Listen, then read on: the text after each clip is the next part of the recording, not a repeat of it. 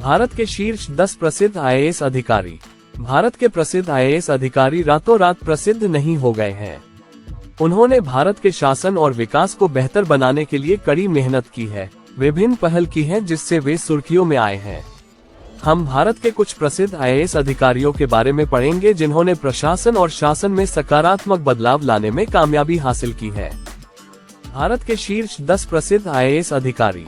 IAS अधिकारी आम लोगों के लिए प्रेरणा के स्रोत रहे हैं, क्योंकि उन्होंने इस समाज को एक बेहतर स्थान बनाने के लिए उदाहरण पेश किया है।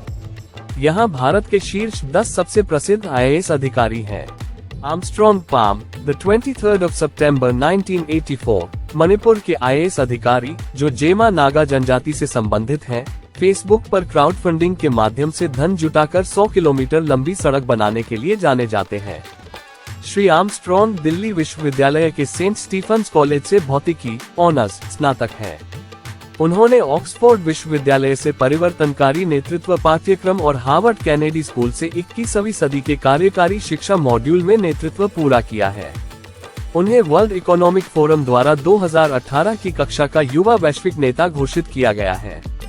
और क्वोट पीपल्स रोड और क्वोट के निर्माण के लिए और क्वोट मिरेकल मैन और क्वोट के रूप में जाने जाने वाले श्री पाम को 2012 में CNN-IBN Indian of the year award के लिए नामांकित किया गया था।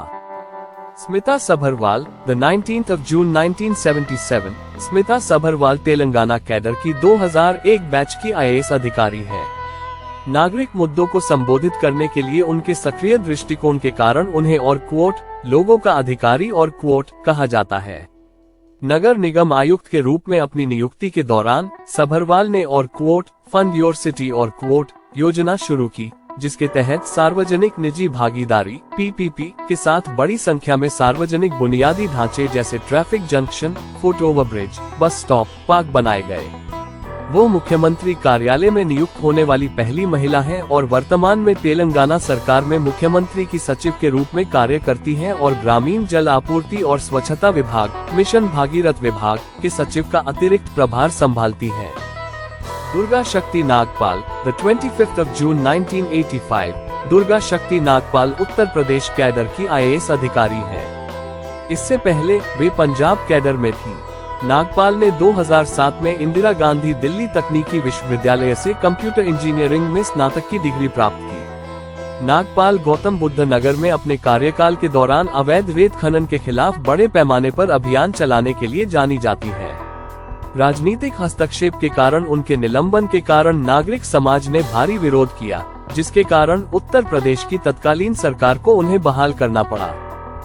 सुहास यतिराज, 2 जुलाई 1983, सुहास यतिराज उत्तर प्रदेश कैडर के 2007 बैच के आईएएस अधिकारी हैं और उन्हें विश्व स्तरीय पैरा बैडमिंटन खिलाड़ी के रूप में उनकी उल्लेखनीय उपलब्धि के लिए जाना जाता है। श्री सुहास पेशेवर अंतर्राष्ट्रीय बैडमिंटन चैंपियनशिप जीतने वाले पहले भारतीय नौकरशाह बने जब उन्होंने एशियाई पैरा बैडमिंटन चैंपियनशिप 2016 में स्वर्ण पदक जीता। उन्होंने 2021 में टोक्यो पैरालंपिक में SL4 श्रेणी में रजत पदक जीता। खेल में उनके योगदान के लिए उन्हें अर्जुन पुरस्कार से सम्मानित किया गया। वे वर्तमान में उत्तर प्रदेश के युवा कल्याण और प्रांतीय रक्षक दल के सचिव और महानिदेशक के पद पर तैनात हैं। Doctor Raju Narayan Swami, the 24th of May 1968, Kerala cadre के 1991 बैच के अधिकारी डॉक्टर राजू अपने बैच के शीर्ष रैंक धारक थे। भ्रष्टाचार विरोधी उत्साह के लिए उन्हें अपनी सेवा के 32 वर्षों में 30 बार स्थानांतरित किया गया है। श्री राजू ने एक विस्लब्लोअर के रूप में काम किया है जो केरल में अवैध भूमि सौदों और राजनीतिक भ्रष्टाचार की जांच में शामिल रहे हैं। वो एक विपुल लेखक भी हैं जिन्होंने अपने साहित्यिक कार्यों के लिए केरल साहित्य अकादमी पुरस्कार जैसे प्रतिष्ठित पुरस्कार जीते हैं। उन्हें मानवीय मूल्यों को बनाए रखने में पेशेवर ईमानदारी के लिए IIT कानपुर से सत्येंद्र के दुबे मेमोरियल पुरस्कार से भी सम्मानित किया गया है। DK चतुर्वेदी, 9 जुलाई 1944, वे 1966 बैच के आईएएस अधिकारी हैं, जिन्होंने भारत सरकार के कैबिनेट सचिव के रूप में कार्य किया है। उनके पास इलाहाबाद विश्वविद्यालय से भौतिकी में मास्टर डिग्री है, जिसमें इलेक्ट्रॉनिक्स में विशेषज्ञता है। सेवा में शामिल होने से पहले वे मोतीलाल नेहरू क्षेत्रीय इंजीनियरिंग कॉलेज, इलाहाबाद में भौतिकी के प्रोफेसर थे। उन्हें आजमगढ़ के जिला मजिस्ट्रेट के रूप में उनके उत्कृष्ट प्रदर्शन और आजमगढ़ में युवा लड़कियों के लिए एक स्कूल शुरू करने सहित शिक्षा में उनके योगदान के लिए सम्मानित किया गया है। उनकी अनुकरणीय सेवा के लिए उन्हें 2010 में पद्म भूषण से सम्मानित किया गया है। अमिताभ कांत 1 मार्च 1956। श्रीकांत केरल कैडर के IAS अधिकारी थे, जिन्होंने विभिन्न पदों पर राज्य की सेवा की।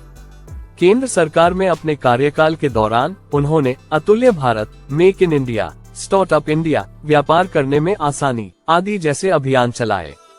उनके विविध करियर में केरल पर्यटन सचिव, नीति आयोग के CEO और दिल्ली मुंबई औद्योगिक विकास निगम के अध्यक्ष जैसी भूमिकाएं शामिल हैं। अपने पूरे करियर के दौरान कांत को उनकी स्पष्टता, निर्णायकता और प्रमुख राष्ट्रीय पहलों को आगे बढ़ाने की क्षमता के लिए पहचाना जाता है। विनोद राय 23 मई 1948। विनोद राय का जन्म 23 मई 1948 को उत्तर प्रदेश के गाजीपुर में हुआ था।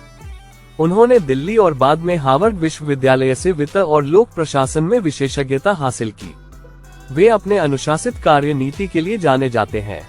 उन्होंने नियंत्रक और महालेखा परीक्षक CAG के रूप में कार्य किया, जहां 2G स्पेक्ट्रम और कोयला घोटालों के उनके ऑडिट ने पारदर्शिता को बढ़ावा देने के लिए राष्ट्रीय स्तर पर पहचान बनाए।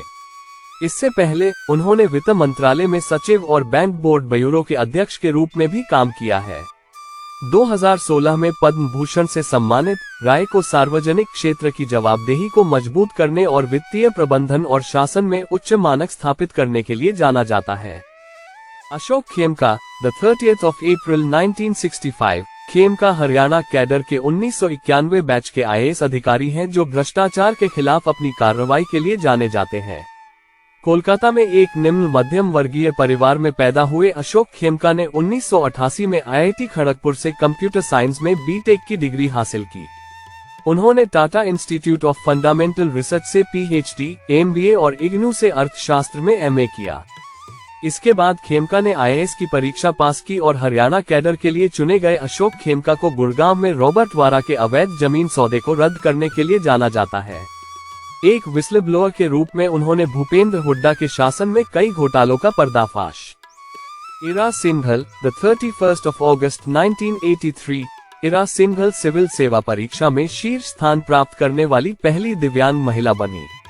वे शिक्षा, विकलांगता, लैंगिक असमानता, कौशल विकास आदि जैसे मुद्दों से जुड़ी रही हैं। UPSC परीक्षा की तैयारी के लिए इरा ने मुंबई में कैडबरी इंडिया में अपनी अच्छी तनख्वाह वाली नौकरी छोड़ दी।